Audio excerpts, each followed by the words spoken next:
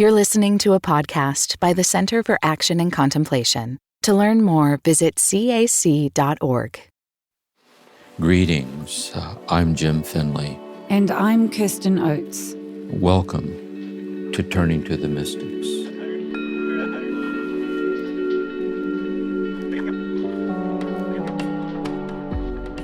Welcome, everyone, to Season 12 of Turning to the Mystics, where we're turning to the Christian mystic Brother Lawrence and his book, Practice of the Presence. And I'm here with Jim to discuss his first session. Welcome, Jim. Yes, good. I look forward to our dialogue today.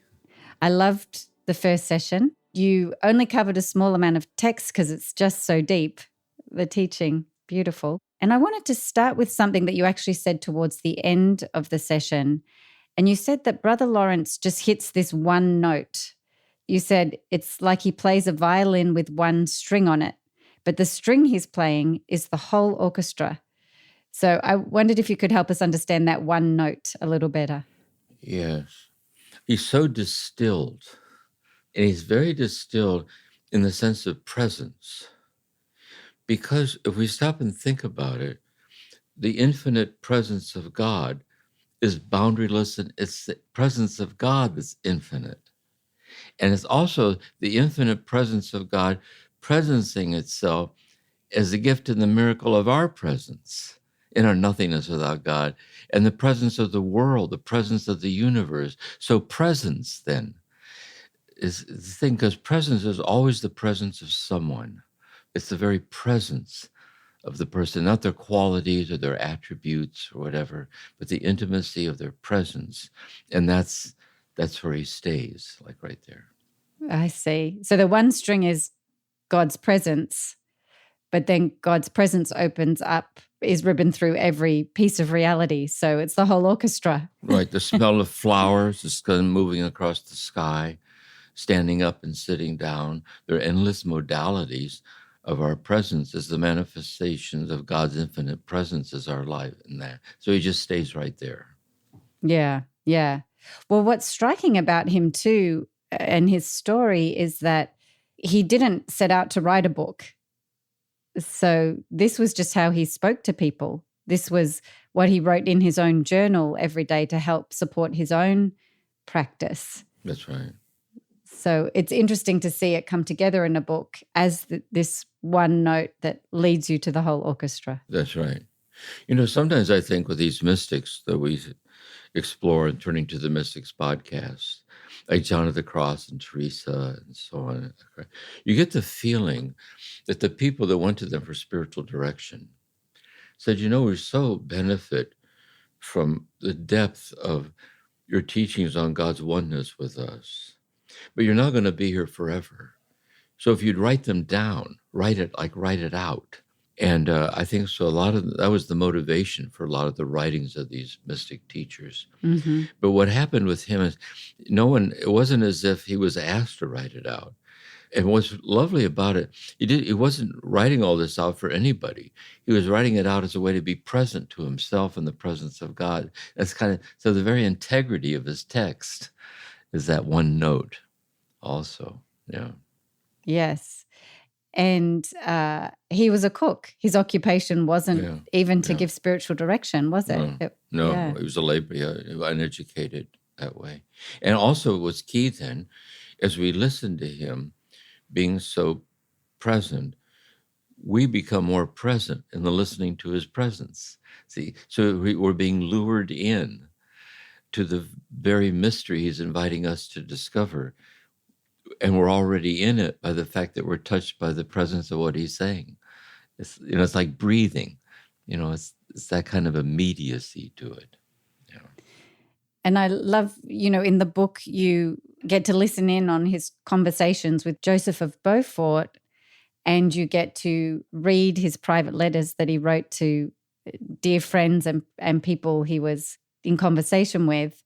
And you really get the feeling that this presence, he recognizes it as, so healing, so helpful. So like he really wants to share it with others who are interested. Yeah, I get this sense from him. And I remember this is what it felt like being with Thomas Merton. you get the feeling that if you went to him for spiritual direction, Mm-hmm. that you'd be in the presence of someone who is very present. Mm-hmm. He'd be very present. You also get the sense that he was very present to you. And because he was so present, sometimes we're in the presence of someone who's more present to us than we are. Mm. And he would join us. He wouldn't give a sermonette or a teaching. He'd listen to us first. And then he would join us with where we are in our concern. And it would roll out from there. And so I think when he writes that way too. Like we're just drawn into. It's applicable to what's going on in your life. I'm not giving you a theory. Another intimate thing about it is, see, we're drawn into it. The intimacy is there's no it to it. It's not an it. You know what I mean? We're drawn into the flow of the very presence that's being manifested right now as we're being present. So he's inviting us to be more consciously infused with the depth of this presence that precedes and utterly transcends and is the reality of everything, including this moment that we're talking right now. Lovely. I wanted to turn to the places in the book that you shared from. And so the first thing you shared was a maxim. And there's a whole section in the book starting at page 41, Brother Lawrence's maxims. And Carmen, who's the translator of the version we're using, Carmen Acevedo Butcher, she points out that maxim isn't a word that we use very often these days, and that it means essential points. So this would be his essential points on practicing the presence of God, or the way to acquire the presence of God, is how Carmen translated it. So, for example, to say this is that in our search for a meaningful life, we know that all things considered, a life that's rich with love is rich with meaning. Mm-hmm. See, that's a maxim. Mm. No, it's a truth. It expresses in words the truth of existence, the truth of reality. And so these are a series of maxims or truths. And this book contains elements of Brother Lawrence's writing from all different, so from his own journal, from letters, from conversations. And so these maxims, I believe, come out of his own journal. These were the things he wrote down to reinforce his practice. And which wasn't discovered till after his death. That's why in the earlier translations it's not in there. But, so like her translation, she's giving the latest full account that includes the maxims. So the edition when I was in the monastery, my copy, it doesn't have the maxims in it. Anyway, it's a nice touch that she included the maxims. It's quite a big addition to the book. They're very helpful because they're so concise. You could really just use them as a daily reminder.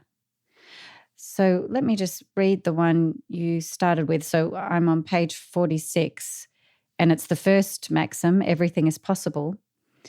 Everything is possible for those who believe, even more for those who hope, still more for those who love, and most of all for those who practice and persevere in these three powerful paths. All who are baptized by true faith have taken the first step along the way of perfection or union with the loving three-in-one mystery. We will become perfect as long as we persevere in practicing the following maxims. And then there's 4 maxims, and you just looked at the first one, but I'll start with what you opened with because there's already a lot of teaching just in that opening.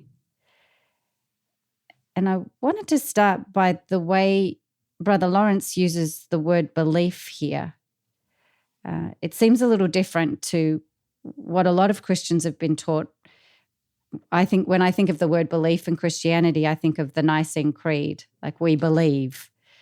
And it's kind of a theoretical worldview. And this seems a little different to that. Yes, the belief as in the creed. I believe in God the Father Almighty and so on. And so it's a formulation of our faith. But so we all stand to say the creed, but if you don't believe in the words you're saying, you're not saying the creed. Mm-hmm.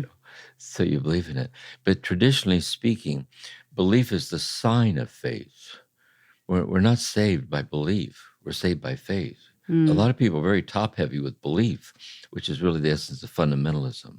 But faith, which is what he means here by belief, faith is an intimate awareness of God personally being revealed to us in our heart, in the presence of God in our life that we experientially live by but can't explain. So, for example, when we hear God loves us, we know by belief, namely this faith. When we hear that God loves us through the power of the Spirit who dwells in our hearts, there is an experiential realization that God does love us. For us, it's true not as a fact or as something on the wall you'd write, but it's the truth in our own heart.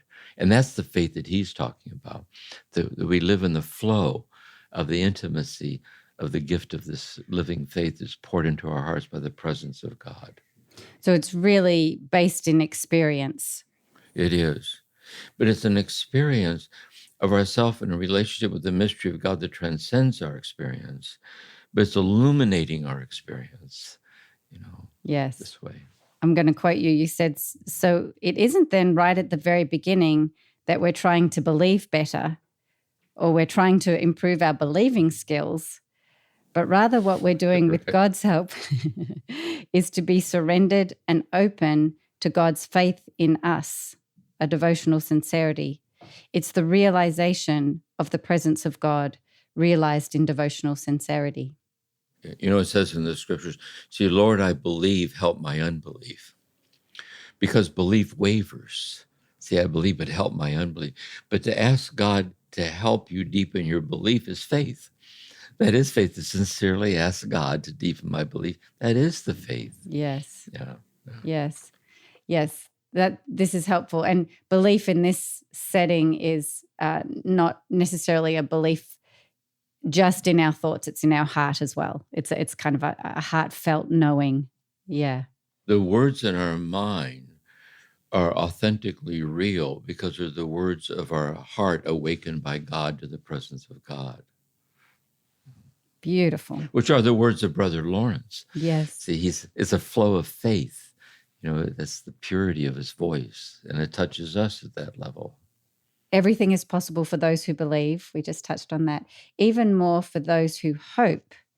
And when you started talking about hope, I just want to repeat this because it was so lovely and succinct. So there's the presence of God, and God is God. There is the presence of God, presencing God's self, pouring God out and giving God away in and as the immediacy of our very presence. But because of the mystery of the fall, not as a blight on the soul, but rather the fall in that our capacity to be experientially grounded in God's self-donating presence, presencing itself as our presence, is traumatized. It's kind of exiled. Yeah. And then this is where faith comes in. Mm-hmm. So faith then is the gift of God that illumines our exiled state. Gabriel Marcel's a primitive inner assurance of this deep abiding heart knowledge. See, that we're illumined in the darkness by the gift of faith.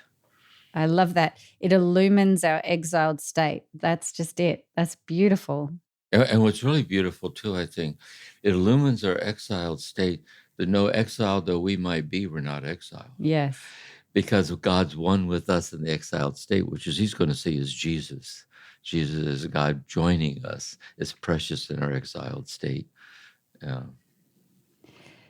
You said this when we were talking about belief, but in the episode you mentioned it during Hope as well. But this idea of the Spirit who dwells in our heart, for those who might not have grown up Christian or, different denominations speak about this differently. How would you describe that Spirit?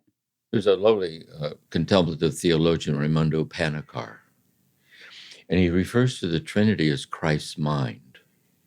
Because Christ says sometimes spoke of God as Abba, Father, or Mother, God as origin, infinite presence itself, presencing itself. Then sometimes he said, he who sees me sees the Father. So as Logos, or God's self-expressed word. And then he said, I'm going to send you the Paraclete. I'm going to send you the Spirit. And the Spirit is the Holy Spirit, is the Spirit of God in our heart that illumines us to the presence of God. It's the Spirit is the illuminating presence that illumines us in the gift of faith. And that's the Spirit. Okay, that's lovely. And so these are just ways Jesus put words to this mystery that's beyond words. Yeah, but that's right. Yeah, but there's a way our heart is illumined, and we would call there's a spirit inside of us that illumines that experience. Right. And I think another thing that always helps me is insofar as we're moved by these teachings or we're touched by it, the very fact we're moved by it bears witness that the Spirit within us is illuminating our heart to the presence of God that we experience in the presence of these words. Otherwise, we wouldn't be moved by it. Yes, if you're someone who's traveled through all our seasons up to season 12, your heart has been illumined by the teachings of these mystics. And then you talked about, that hope is the hope we might experience this illumination, moments of freedom from being exiled. I'm making the distinction, hope, that for us, hope means we hope something will turn out in a certain way. Yes. And rightfully so. Let's say we really do. But here, hope doesn't mean that. Hope is that someday I might realize there's nothing to hope for because nothing's missing. See, nothing is missing because the presence of God is presencing itself this way. And so I hope that I'll become ever more established in the realization there's nothing to hope for because nothing's being held back. Yes. Yes. So different in the way we most commonly use the word hope around circumstances, which, I hope someone gets well, or, I hope they do well in their exam. Yes, this is a different kind of hope. It is. Yeah. And then you said that we all experience from time to time, these graced flashes of this oneness. And you turned to Brother Lawrence's very profound experience of this when he was young, I think 18 or 19. 18. Yes. 18. And this is in the book in the section Conversations with Brother Lawrence. And it was recorded by Joseph of Beaufort, and these were just genuine conversations. He'd go home and write notes, I guess, after he had some time with Brother Lawrence. And this is on page 123. It's the first conversation, and it's called Strange Gift.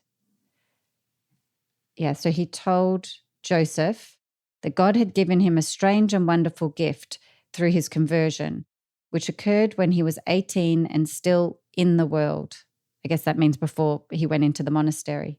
One day in winter, as he was looking at a barren tree stripped of its leaves and considering how in a little while these leaves would reappear green, followed by flowers and fruits, he received a profound awareness of God's kindness and power that never left his soul since. With this awareness, he completely detached himself from the world, and it gave him such a love for God that he could not say it had ever increased during the more than 40 years since he received this gift. So this is a moment of quickening that you've described very often in the podcast, and I love it because it's so evocative, like we can really join Brother Lawrence in this experience.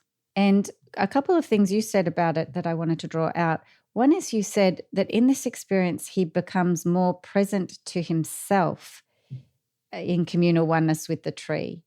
And in becoming more present to himself in the presence of the tree, he experiences God's presence. So this idea of these moments of quickening, we become more present to ourselves. I hadn't thought of it that way. And the significance of this, it invites us to become aware of our moments of quickening. And by the way, these moments of quickening, sometimes it happens with him, that there can be a quickening that is so profoundly absorbs our whole being with this presence that we're never the same afterwards. It just lives on and on and on within us. very often there's endless gradations of quickening. A lot of them begin when we're children. And so what they are moments of amazement, or moments like we're taken by the sound of the rain. We're lying in the dark listening to our breathing. We're smelling a flower, or a quiet afternoon in an art museum, or whatever it is. But what it is really, we're going along, but all of a sudden, we're in the presence of something in which we drop down and being more qualitatively present to ourselves. I'm more present. When we listen to somebody that we love, and we're listening very closely, and our love for them, we drop down to a state of attentiveness. We're present in the attentiveness, but we're present to ourselves in their presence. So he's going along and he sees this tree. He's going along and he's kind of blindsided by it. He's 18 years old. He doesn't see this coming. And there's this quickening of seeing this tree. And what's interesting is the tree is barren. And so at one level, it's kind of aware of a graciousness when the leaves are going to come out and the blossoms, but somehow the leaves and the fruit's already there, but hidden. It's not yet appeared. So you have these layerings in all of this. And then it's in this deepening presence to himself, in the presence of the tree is the presence of God. And here we get back where it's tangibly flows into our experience. It's the infinite presence of God, presencing the infinity itself in the presence of the tree, revealing the presence of God in his presence and his presence of the tree. Mm-hmm. And I like this teaching by Romano Guardini, the Catholic writer. Although I am not God, I'm not other than God either. Although I'm not any of you, I'm not other than any of you either. Although I'm not the earth, I'm not other than the earth either. He says this is the essence of religious experience. And that's what this experience is. It's a unitive, all-encompassing about oneness of presence. And also he made a comment too. There's no indication here that it was rapture, like Teresa of Avila. That happens sometimes, go into a trance-like state. But you get the feeling that it was so infinitely subtle, so all-pervasively delicate, to being utterly unexplainable, but then it lives on within you because you get the intuition that it isn't as something more is given to us in this ever so delicate depth, but a curtain opened, and we were graciously granted a fleeting awareness of the infinite presence of God, that's presencing itself in the presence of every moment of our life. Yeah. And this is where it comes in. That's the presence. But then we can't make these moments happen. But the question is, how do we practice the presence? See, how do we then cultivate the habit, like an habitual attitudinal stance, of being more habitually aware of the presence that alone is ultimately real? And that, to me, is a big sense of the taste of Brother Lawrence's teaching.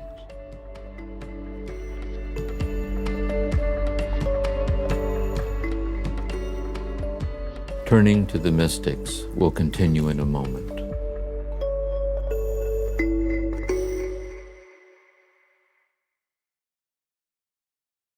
And so this way we're more present to ourselves, I guess there's gradations of that also, but from what you just said, it's like we're present to God's presence in us. We're present to God's presence in the tree, and that's one presence. And so there's kind of a way that it's just an experience of God all round. That's it. Lovely. He says with this awareness, he completely detached himself from the world. What do you make of that, Jim? Yes. First of all, we see this in the other mystics also. It doesn't mean he detached himself from the world as being indifferent to the world, indifferent to nature, indifferent to the sun, indifferent to the sky, indifferent to the... But rather, he became indifferent to his finite ability to comprehend the world as being adequate. See, that's the world. See, my world is the closed horizon of my assumptions, my attitudes, my ability to perceive it. And we tend to get tempted into thinking that's closure. He's really detached from his perceptions as being adequate. Because in the experience of the tree, they're not adequate at all. Yeah. Because it's infinite, and it means that. And especially, this is especially true because he sees it in the pots and pans in the kitchen.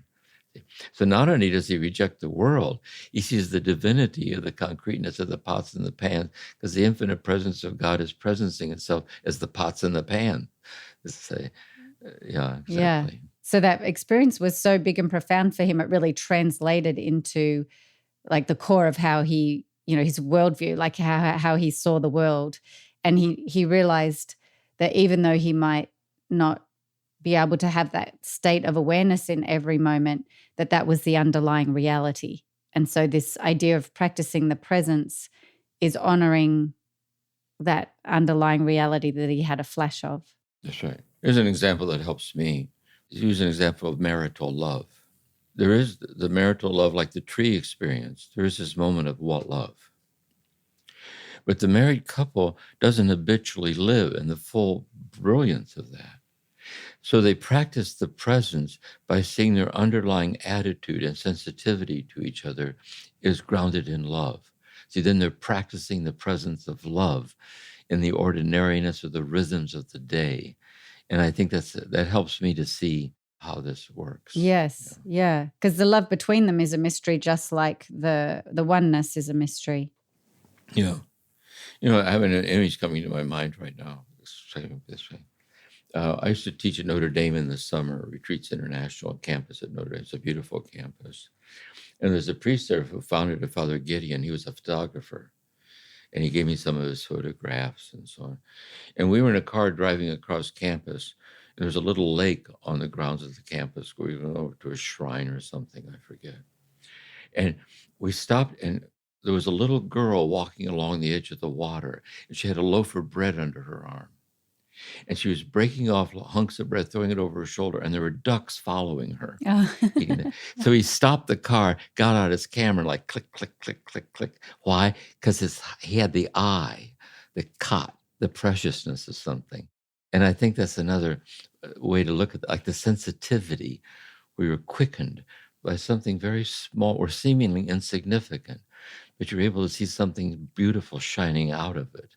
And I think that's another quality for Brother Lawrence, for us, of the presence. Yeah. Yes.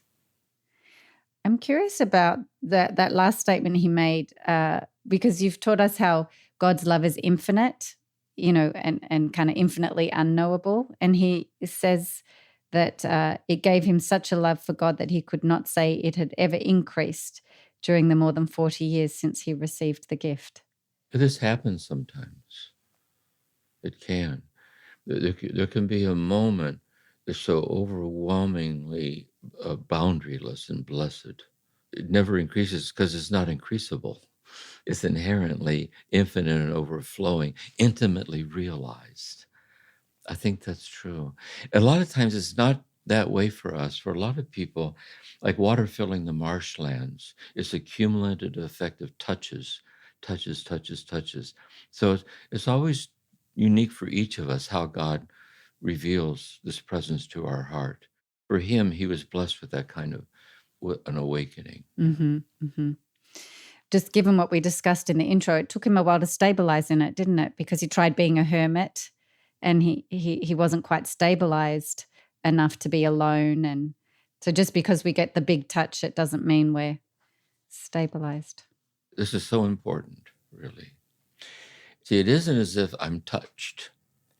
And since I'm touched, I walk around glowing in the dark with touch. Float around. He's living his ordinary life and a circuitous path with things that don't quite work.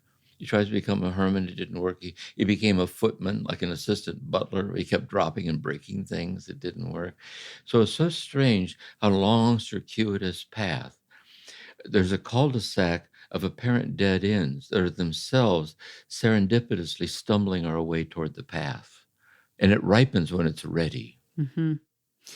Because what's also interesting, when he joined the monastery, he wasn't brought in as someone like, wow, this is someone who's had an amazing experience. We need to make sure they're writing, they're teaching. He was brought in as a lay brother and a cook. But also this is important too. I think when I was in the monastery, the life of the Scouts Carmelites was a life that's deliberately designed to cultivate this habitual state. So there was Eucharist, there was liturgy, there was a chanting of the Psalms, there was periods of silence, there was prayer, and so on. And so almost it's a life deliberately designed and cultivated to do that. So Merton once said in the monastery, the cloistered monastic life was carefully designed to cultivate this stabilized presence. But he said there's people in the world who are being led to this, and they have no one to help them understand what's happening to them. So we are living out here in the world. We have to cultivate a contemplative culture in our heart and live this way as a contemplatively awakened person in the midst of the world God so loved, he sent his only begotten Son. And I think that's the relevance of Brother Lawrence for us. Mm-hmm. And you said that he continued to draw on that experience of the tree to develop this presence. Like it as he sat with it, as he stabilized in it over the years, it gave him a kind of wisdom and a kind of incentive to practice this way. And you talked about this being a practice of hope because it's the practice of knowing God's present always. You hit on something very big, I think, too. It isn't as if there was this experience of the tree, and he was constantly trying to go back to recreate that experience. See, how can I find my way back to make that happen again? Sometimes we do that. But he took the opposite approach. In a way, he was saying, how is it in the moment of the tree that I experience a kind of an immense luminosity that is actually completely present in this present moment? Mm-hmm. And therefore, how can I calibrate my heart to a finer enough scale to pick up the divinity shining out through the ordinariness of the moment that I'm presently in? And that's, for Brother Lawrence, is practicing the practice. Yes, practicing the presence. Yes. Yeah, practicing the presence. Yes. And so then the pots and pans in the kitchen were his place of practice in the monastery. And what's so interesting about that is he's not shy about his likes and dislikes about cooking. So this desire for God, and it doesn't necessarily, or even this practice of the presence doesn't, make you love something that you actually dislike. Yes. It isn't just that the infinite presence of God is presencing itself in the pots and pans of the kitchen. Or to put it another way, if at the count of 3, God were to cease presencing the presence of God into the pots and pans, at the count of 3, the pots and pans would disappear because they're not real. In other words, we have this illusion we're just hanging out here all by ourselves. But we're constantly being presenced by the presence of God. And because we are the presence of God manifested as us. So it isn't just that he saw in the concreteness of the pots and pans, but also it was the presence of God presencing himself that he didn't like being the cook. Because the presence of God is never somewhere we're trying to get to, where God's waiting for us. It's never other where we intimately are in the midst of unresolved things, like the divinity of our discontent. That's why it helps me to say this whole path of prayer is not trying to hope that we finally get somewhere. Yes. But learning how not to do violence to the fragility of our waiting, because God's the infinity of our waiting. See? Yeah. That's such an important reminder, because it's so easy to get caught up in the desire to master the practice or to be illuminated from the exile. Yeah. That's right.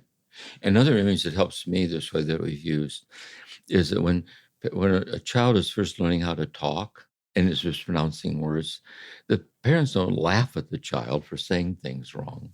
They're smitten by it. You know what I mean? They're so touched and deeply accessed by the sincerity of this child. And that's how God sees us in the foibles of our ways.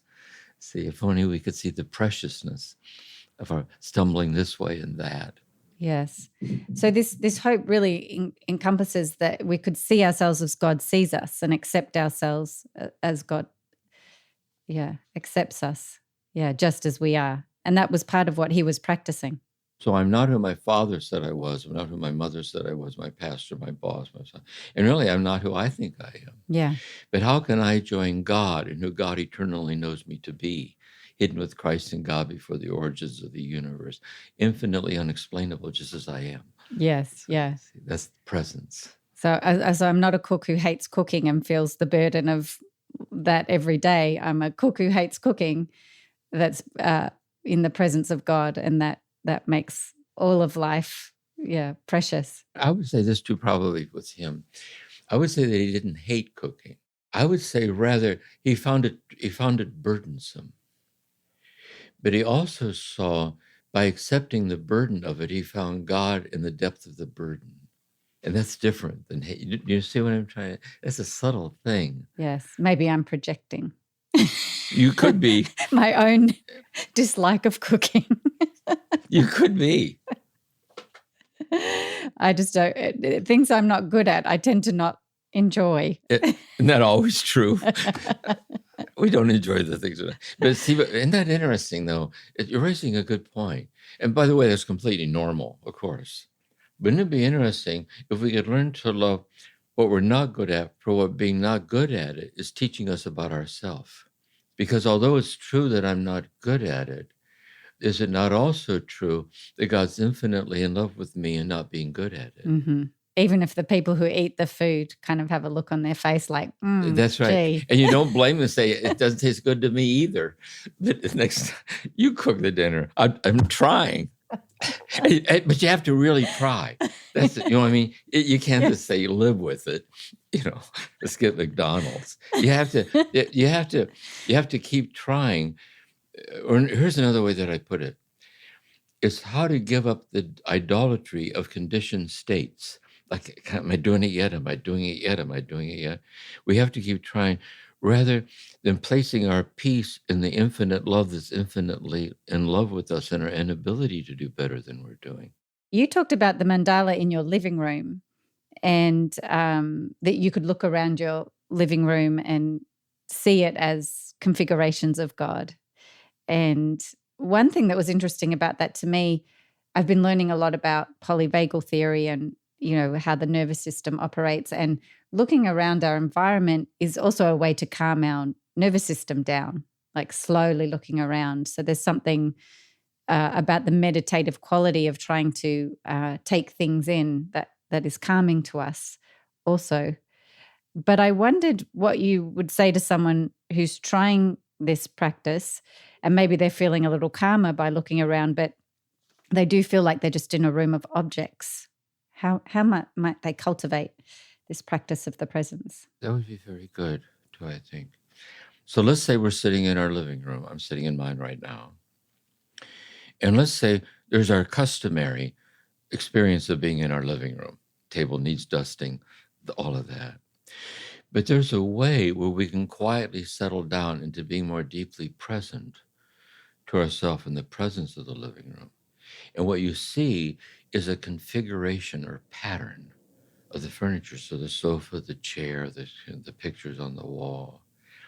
And then there's a way to realize, when you really look at the world, it's an endless series of patterns. And so what we're looking at, Ornstein, one of these writers, transpersonal psychology, he's talking about mandalas, like the sacred circle or the cross. And he said, the thing about the mandala is the longer you gaze at it, the less obvious it gets. And so the configuration of the furniture in the room can be understood as God's mandala. See, it's like a pattern or a configuration, like seeing the tree, that is somehow the configuration that's configuring the presence of God in the presence of the tree. And so everything takes on a kind of a holy kind of sensitivity to patterns and rhythms this way. And I guess this is where hope comes in, because if you try it and you don't see it, but you know in hope or faith, that's what's happening. That's exactly right. Or I'll put it another way. It isn't, though, this sounds so beautiful. Someday I hope I'll get there. But rather, I hope I'll realize, not just I hope I'll get there, but I hope that I realize I don't need to get there because God's infinitely in love with me and my inability to get there. The ego is always like the carrot on the end of the stick, is always holding out a place we're trying to get to. Am I okay yet? Am I okay yet? Am I okay? But what if we're unexplainably more than okay and not being okay? Which is the presence of God. Amazing. I love those reminders. Okay, so the next section, back to the maxim, back from the tree to the maxim, where you talked about love. And so everything is possible. He's saying everything is possible, still more for those who love. And when you talked about love, you brought up Duns Scotus and Bonaventure. And I wanted just to hear a little bit more about who they are and then what their teaching was. Yes, in the Middle Ages, there's a movement of scholasticism, which is a kind of a philosophical theology, which is very contemplatively grounded. And so there, traditionally speaking, there was the Neoplatonic Augustinian school, St. Augustine. And St. Augustine in the Middle Ages was St. Bonaventure, Franciscan. And then Duns Scotus, Franciscan. What the Franciscan tradition teaches is the primacy of love. That is, we don't exist because God is. We exist because God loves us. And we are who God loves. We're the beloved. And so that's the primacy of love, because love is the overflowing fullness of presence. See, the presence overflows as love.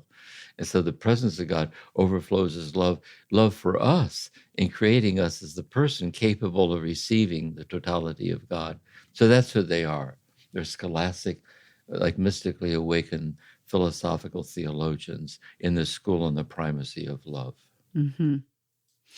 And so when Brother Lawrence says everything is possible for those who love, you said it's allowing yourself to be moved by this love. Yeah. You see, everything is possible for those who love, because everything is possible to realize that infinite love, in a self-donating act, is infinitely giving the infinity of itself away as us, and giving itself away as us, as the beloved, that we might be awakened to that. So that in being awakened to that, we might be moved to give ourselves to the love that's giving itself to us. Because in the reciprocity of love, destiny is fulfilled. And that's the love path is so much at the heart of Teresa. And that's the Carmelite. See, Teresa and John, really, it's in that love tradition. By the way, not to go back to Eckhart for a minute, see, but the Dominican school, following Aristotle, would say, yes, we exist because God, but who God loves is who God knows that we are, hidden with Christ and God before the origins of the universe. And that's the primacy of knowledge. But wherever we have a primacy of one, the other is always there. So anyway, there's it's the limitation of language, that it's kind of linear, that you have to put one ahead of the other. That's right. And the mind just works that way. But in reality, notice the heart doesn't put one in front of the other. It's that unexplainable convergence. In other words, in one sense, it's true that we can't love someone unless we know them. But even deeper, we don't know them unless we love them. And so this is, Right, and Brother right. Lawrence is working at that level, I think, that unitive level, right? Caused a lot of division in the church. It but in our hearts, it doesn't cause division. Yeah. No. But also I want to say this too. It's caused a lot of division, but it caused a lot of depth in the refinement of those distinctions in Thomas Aquinas and Bonaventure and Augustine on into our present day. And they all accepted each other in the end, didn't they? For the most part. Sometimes they didn't. But God accepted them and not accepting each other. You know what I mean? Because we're just human beings. We do our best. God knew and loved them, or loved and knew them. It didn't matter to God. Well, you offer us this beautiful little insight into this opening sentence, which is that Brother Lawrence uses the word persevere. And you said, because this isn't easy. And that's just helpful to remember. So you said it isn't easy because we get overtaken by the day's demands. And I guess, too, these patterns that you're talking about at the surface level, they can carry away our attention into kind of the pattern itself and not what's beneath it. Yes. See, let's say we're graced in being touched by the beauty of these teachings. And we're touched by it in our heart because we know it's putting words to what our own awakened heart knows. And we also know that we seek to be ever more habitually established in this presence. But we also know that we stumble this way and that because we get reactive. So we get caught up in believing the outcome of the situation has the authority to name who we are. And so the density and intensity of the day's demands keep eclipsing our experiential ability. And so we keep doing our best to not lose our balance. Mm-hmm. And we do. But here's what Brother Lawrence is saying. I think, yeah, we do our best not to lose our balance.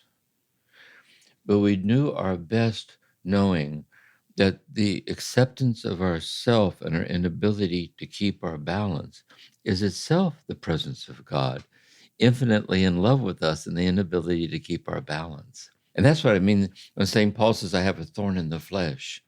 He doesn't tell us what it is, like a stumbling place. And he said, I asked God to remove it. And God said, leave it there, because that's where you depend on me. Because, see, if you could remove it, it'd be more of you. But what if there's a thing in you can't overcome? You're trying to overcome it. And well, you should, especially if it hurts people or others, you should try to overcome it.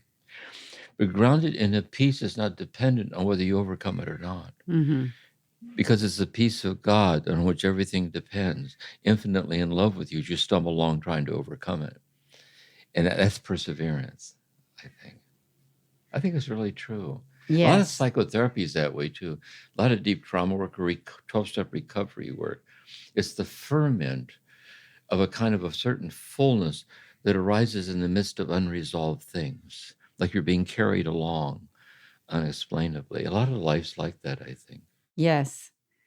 I can imagine Brother Lawrence, writing down in his journal these maxims every morning, just to remind himself of this attitudinal stance he longs for in his heart.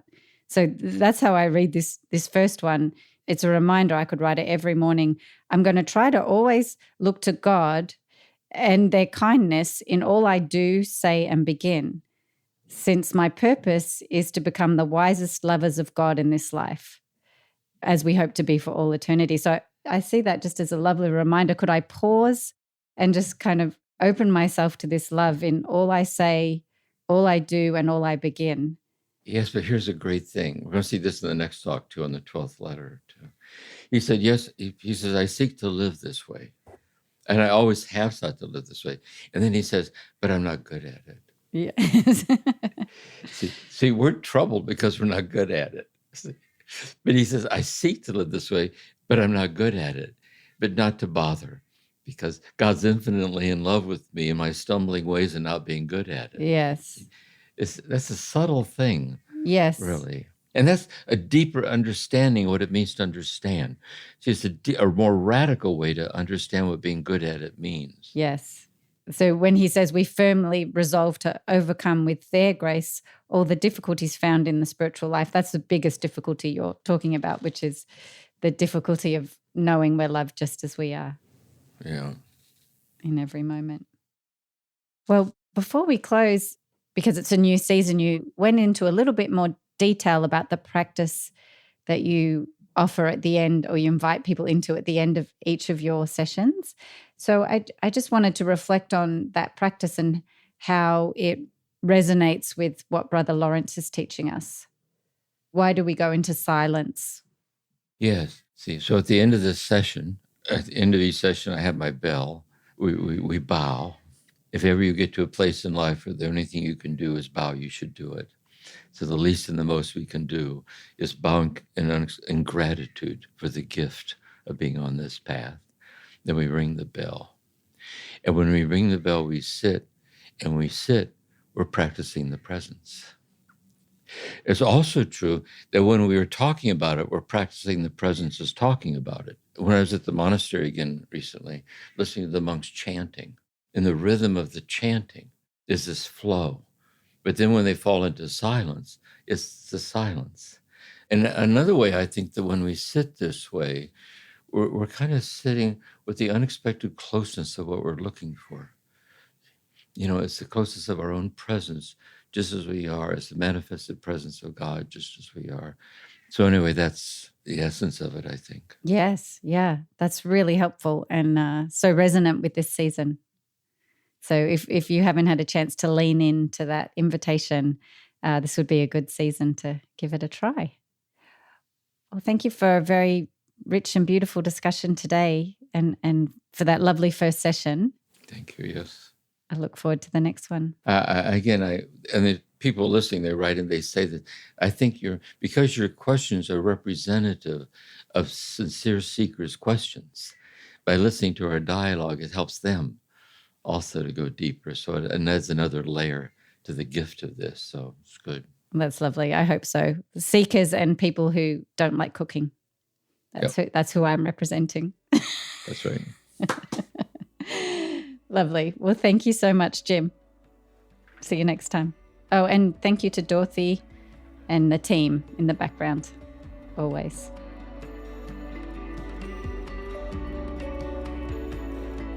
Thank you for listening to this episode of Turning to the Mystics, a podcast created by the Center for Action and Contemplation. We're planning to do episodes that answer your questions. So if you have a question, please email us at podcasts@cac.org or send us a voicemail. All this information can be found in the show notes. We'll see you again soon.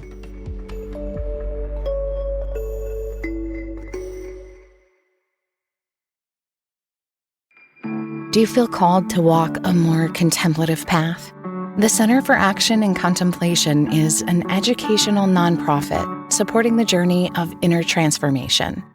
Our programs and resources will help grow your consciousness, deepen your prayer practice, and strengthen your compassionate engagement with the world.